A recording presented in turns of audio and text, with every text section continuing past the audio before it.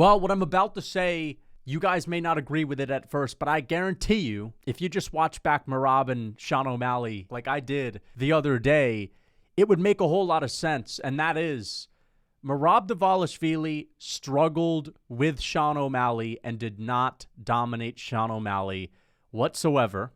Merab is a great fighter. Sometimes he's on this alien mode of cardio, and I think that he can beat anyone on this planet. And sometimes he seems like a very beatable fighter. And I'm very concerned for his ability to have a single round against Umar Nurmagomedov. That's right. I'm picking Umar by 50-45. I am picking Umar Nurmagomedov to 50-45 Merab Dvalishvili at UFC 311 to take every single round from him. And yes, a big part of that has to do with Merab's last performance, and it also has to do with Umar's schooling of Corey Sandhagen. I watched both Merab Dvalishvili versus Sean O'Malley and Umar Nurmagomedov versus Corey Sandhagen the other day, and I came to a couple conclusions. And the first conclusion when it comes to Umar is that I believe Umar Nurmagomedov is right now the most underrated striker in the bantamweight division, maybe the most underrated striker in the UFC. And what I mean by underrated is nobody really talks about Umar Nurmagomedov striking as being, I don't know, like number 2, number 3 in the bantamweight division. No one really talks about this guy as being the second fastest guy behind only Sean O'Malley in the bantamweight division. And that's exactly what I saw when he was piecing up Corey Sandhagen. Now, early on in that fight, Umar looked a little bit green on the feet. It looked like Corey Sandhagen was going to give him the business. And then second, third, fourth, fifth, Umar Nurmagomedov's out here landing 5, 6-piece combos on Corey Sandhagen, making him look like a slowpoke, making him look like a fool. And these are basic combinations, but this man's speed is on another level. Do I think he's better than O'Malley on the feet? Do I think he's better than Jan? Maybe not, but he's pretty freaking close. And if you compare the guys that have struggled to Merab Dvalishvili, to Umar Nurmagomedov on the feet, like, for example, Petr Yan. Petr Yan is a guy that has most of his success come in close quarters, close quarter range. When a fighter is within range to land a double leg or a single leg, that's where Petr Yan does his best work on the feet with his striking. Whereas Umar Nurmagomedov has a much better, long, rangy striking game where he can kick you from the outside. And what gave Merab Dvalishvili issues in his last fight? It was Sean O'Malley picking him apart on the outside. And again, I'm going to just say this. That fight was extremely close. I think Merab Dvalishvili won. I think he beat Sean O'Malley. It was one of those fights where O'Malley landed all the shots. None of them were very hard, but Merab Dvalishvili just was the guy that seemed to be in control. It seemed to be going his way. But this idea that Merab dominated Sean O'Malley is complete and utter nonsense. He did not dominate Sean O'Malley. Watch the first round. I watched the first round yesterday. And as I'm watching it, as I'm watching the first round, I'm 3 minutes in to O'Malley versus Merab Dvalishvili. 3 minutes in. Merab still has yet to have a single good moment. And O'Malley's already landed 10-plus strikes. Now, all of these strikes were pop shots. They weren't any big behemoth O'Malley right hands or anything like that, but it was at the 1 minute and 45 second mark on the clock, 1 minute and 45 to go, where Merab got his first takedown. And I remember on the night of, you just gave Merab that round. But when you actually watch it back, that round is extremely close. It literally could have gone to O'Malley. You know what I mean? 5th round, Merab really had hardly any success. O'Malley hurt him to the body. That's already 2 rounds to O'Malley. I think it was maybe the 4th. O'Malley was... This is the biggest thing. This is the biggest thing. Because people just throw around the word dominated. It's like anytime someone gets a single takedown, they dominated a fight. Complete nonsense. I just think it was because we're so used to seeing O'Malley land these incredible combinations and style on people and rock people. Every single Sean O'Malley fight, there's a big moment where he rocks someone. We didn't see any of that. And we're used to O'Malley making people look silly on the feet. He didn't really make Merab look silly, but he clearly outstruck him. Again, I think Merab won the fight. 2nd round, 3rd round, maybe the 4th. But man, it was close. It was very close. And I think people need to rewatch that fight. And why is this so important? Because I think that Umar Nurmagomedov has the ability to have the same kind of success against a Merab Dvalishvili. But I also think that Umar Nurmagomedov in no way will ever just be pushed up against the fence. I understand Merab is this cardio monster, this EPO monster, and there is a chance that Merab goes out there. And I honestly hope this happens because I love to see Merab go out there and have like this alien-like performance where it shocks us and it scares us and it makes us think that this guy could beat the heavyweight champ if they weren't to put him out cold. Merab can have those performances where it literally looks like nobody on this planet could beat him unless you knock him out. There's a chance Merab goes out there, third, fourth, fifth. He's literally throwing Umar Nurmagomedov out of the cage. Okay? That's possible. We saw that against Jan. We saw that against Cejudo. But every now and then, Merab has one of these O'Malley fights. And it goes to show how good O'Malley is. O'Malley's just really good. But I expected, if you were to tell me that Merab is going to be up on the scorecards going into the third, fourth, and fifth round against O'Malley, and this is the EPO monster. This is the guy that had Petr Yan broken in the second round. If you were to tell me Merab's up on the scorecards as we get into the third, fourth, and fifth, I'm telling you that, man, O'Malley's going to at least exit the cage a couple of times because Merab's just going to toss him out. That's how dominant it's going to be. We didn't see that. We did not see that. I don't know if Merab is always going to have these insane performances. And you got to start to make sense of things. You got to start to put the X's and O's together. Why did he dominate Jan? Because Jan is patient. He's too smart for his own good. Petr Yan is one of these slow starters. First off, he has success in the close quarters boxing range where people can always shoot a takedown, right? So anyone that's going to be spamming takedowns is going to nullify a big part of his striking because it won't give him the opportunity to set things up. But also, Jan is the slow starter. And I had this idea that Jan gets better as the fight goes on, but if you're fighting a guy that never gets tired, that's going to put a pace on you and never allow you to make those adjustments to begin with, never allow you to get settled, Jan is going to lose the first round, the second round, and he'll lose all of them because he'll never get settled. Umar Nurmagomedov has this ignorance is bliss mentality. He's gone from fighting the Beksat Almakans. He's gone from fighting the, dude, this is the problem, bro. I understand why Merab is salty, by the way. Merab is very salty, and for a good reason. Listen, I understand that Umar beat Corey Sandhagen, number 2 ranked contender. Corey, arguably on the verge of a title shot. You could have just given him a title shot at that point anyway. Corey Sandhagen, very deserving. Beating a fighter like that is impressive, but let's be honest. Outside of that, we're going to struggle to name more than 2 or 3 Umar Nurmagomedov opponents. What, Raoni Barcelos? Who else? There's a couple of those names I don't even remember. Right? Now Merab can't even get into the PI. I don't know if you guys saw this video. Merab Dvalishvili tried to get into the UFC PI. He was just going there to get some, rehabilitation treatment or something like that. And he was going to go in there and eat at the PI. And he posted this video letting his fans know and his followers know that he couldn't even get in because Umar was there. Umar, Khabib, Makhachev, they didn't even let the champ in. That's pretty crazy. So I understand why Merab has a big chip on his shoulder, but I want to get back to this idea that Umar Nurmagomedov has an ignorance is bliss mentality. This guy goes from fighting, PFL style fighter to this guy, old man Raoni Barcelos. He goes straight into the Sandhagen fight and just blows Sandhagen out of the water. Like, please watch the Sandhagen fight back.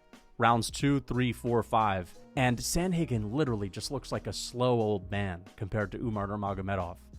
Sandhagen had to resort to only throwing kicks and only throwing body kicks because of how much he was getting pieced up and countered hard with the boxing of Umar Nurmagomedov whenever he would throw a punch. And Sandhagen's known for having some okay boxing. He's known for being fast sometimes, but listen, this guy is going from fighting unranked fighters to Corey Sandhagen, and now he's being given a title shot. He's going into UFC 311 with Islam Makhachev, and Khabib is training them as well, and there's a whole lot of confidence in that gym. And he thinks he's just going to go out there. He's also a little bit in Merab's head. He thinks he's just going to go out there. I mean, this is what the Dagestanis do. They don't have any respect for your style. You know what I mean? Islam has no respect for Oliveira's grappling. Arman has no respect for, he's not Dagestani, but Arman has no respect for Oliveira's grappling. I'm talking about the brothers. And sure, Merab is a brother too, but again, there's a chance he throws Umar Nurmagomedov out of the cage a couple of times. I actually would think that's pretty cool to watch because he could have a big brothering performance. He could go in there and let Umar know that, listen, man, like you're a little bro right now. All right, you're not here. You're not there yet. There's another brother on top in this division, but I just have a feeling that Umar's just too, Jan was too smart for his own good. You know what I mean? Jan was too smart for his own good. O'Malley, he's got good cardio. He's got very good striking, but, he was never going to out-grapple Merab. But Umar Nurmagomedov, this guy has been grappling with Team Khabib for his entire life. He just pieced up Corey Sandhagen and made him look extremely slow with simple, basic combinations. When Corey Sandhagen is this super high-level, technical maestro, right? Maybe not warmonger Sandhagen anymore, but still, piecing him up is pretty impressive with just pure brute speed. He has that same brute mentality of a Merab to just go out there and not give his opponents any respect. He has the long-rangey striking. He will not get pushed up against the fence and need to the thigh. I just don't see it happening. So people were saying like, oh, this is a 50-50 fight. It's only really a 50-50 fight if Merab shows up with the best cardio he's ever had, or maybe with the cardio that he had against Jan, against Henry Cejudo, but we didn't see that against O'Malley. If he shows up anything, I understand that he was being very patient on the feet with O'Malley. I get it. I understand that. He probably could have pushed a crazier pace. It was pretty obvious watching the fight that he didn't want to get tagged by a big punch, and that's, of course, how he was going to ultimately lose to O'Malley, and that's why O'Malley had a lot of pop shots throughout the fight, which actually made it pretty close. Just watch it back. People were going to be upset at me saying it was close. It actually was very close. But Umar is quick twitch. He is extremely strong, big for the division, built different just like Merab, has good cardio, has a great team training him. He's faster than Merab. He has the striking range to be able to pick Merab off, similar to O'Malley. And this guy is not just going to get pushed up against the fence. Maybe Merab wins by outstriking Umar in the later rounds, and Umar's just totally gassed, and Merab gets hurt and he gets dropped. But I think Merab really has to put his chin on the firing line early on in this fight and take damage to really put a crazy pace on Umar. Otherwise, if he fights like a little bit reserved, a little bit controlled, and I think that's probably what we're going to see, because Umar is going to be so much faster than him. And now Umar also has probably a newfound confidence in his striking, knowing what he was able to do against a high-level striker in Corey Sandhagen, another long-rangey striker. There's a chance Umar's just going to light him up early. Merab is never going to be able to put that pace on him, and he 50-45s him, takes every single round. I don't see Merab out-grappling Umar. I think he might be a little bit of a better wrestler, but Umar Nurmagomedov is going to have the defensive wrestling. Sandhagen, by the way, Merab's been saying that Sandhagen's like a total gift. And I don't know if that's true, because Merab's been talking about Sandhagen like he has no wrestling. And I think that may have been somewhat true. When I say no wrestling, maybe Sandhagen had average wrestling for the UFC 4 or 5 years ago, but not now. Sandhagen is a good wrestler. We saw that in the Umar fight where he was getting up to his feet just fine. Right? This version of Sandhagen in 2024 is not a freebie because he has no wrestling. Sandhagen has done a lot of work to improve his wrestling, and we talk about the beakers and test tubes. One of the things that people actually are able to really improve at when they get caught up with those is the defensive grappling with the specifics training, right? Listen, Sandhagen's a decent wrestler. He's got good entries. We saw how easily he was able to take down Marlon Vera. We saw how easily he was able to take down Rob Font. Couldn't even come close when he was shooting a couple takedowns against Umar Nurmagomedov. Couldn't even come close. Okay? So, this might be a little bit of a bold prediction, but I am going to go with Umar Nurmagomedov 50-45 over Merab. I'm a little bit worried because Merab is going in there, and he seems like he's reluctant to fight Umar. He was saying that he wanted to fight O'Malley in Miami, and he wanted to fight Jan in March, and he wanted to fight... Who else was it in April? He wanted to fight someone else in April, Figueiredo in April. But now he's fighting the guy he doesn't really want to fight. Who, to be fair, listen, I know he beat Sandhagen. Sandhagen's a great win, but come on, man. Merab is absolutely right when he says things along the lines of this guy had such an easy path to the title, because it's absolutely true. It just is, right? Even Sean O'Malley had a trickier path to the title. He had to fight Marlon Vera back in the day. That's not the easiest fight. He had to fight Pedro Munoz. They didn't just go from Chris Moutinho and Raulian Paiva to Jan. They went from those guys to Pedro Munoz to Jan. Umar Nurmagomedov has had a very easy path. And now Merab can't even get into the PI. So on one hand, this could work really well for him, because the last time we saw Merab really fired up, it was against Jan where Jan pushed him at the weigh-ins and Merab was confronting him during fight week, calling him a bully. And Merab had the best performance of his entire lifetime. So maybe it's going to work for him and I'm going to be dead wrong and Merab goes out there and literally throws him out of the cage.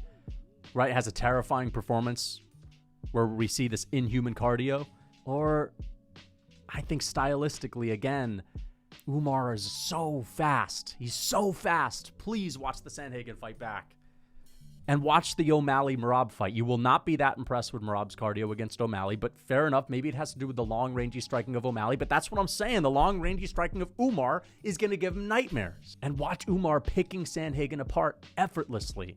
He was making him look stupid. Umar Nurmagomedov had Sandhagen looking silly on the feet. You know, it wasn't like he was setting anything up really that well, but it was just his speed, right? This guy was just, you know, landing 4 or 5 piece combos, pure speed. Again, we need to remember that Merab's A game is his cardio, and outside of that, you know, he's got okay wrestling, he's got good wrestling, but, you know, skill-wise, he's not the most technical fighter. He's just got a really good physical game. Whereas Umar, I really do think he is one of the most underrated fighters. Amazing striking, insane speed, big for the division, has good cardio as well. Didn't miss a beat in the later rounds against Sandhagen. Cardio is no issue for this guy. Defensive wrestling is going to be there. I know that in some way we're kind of just assuming that, but man, I really do not see anyone with the Nurmagomedov last name who's, again, we're not talking about the Abu Bakars. We're talking about Makhachev, Umar. These guys, they're not going to get held up against the cage. It's just not fucking happening. Umar's faster. He's a better striker.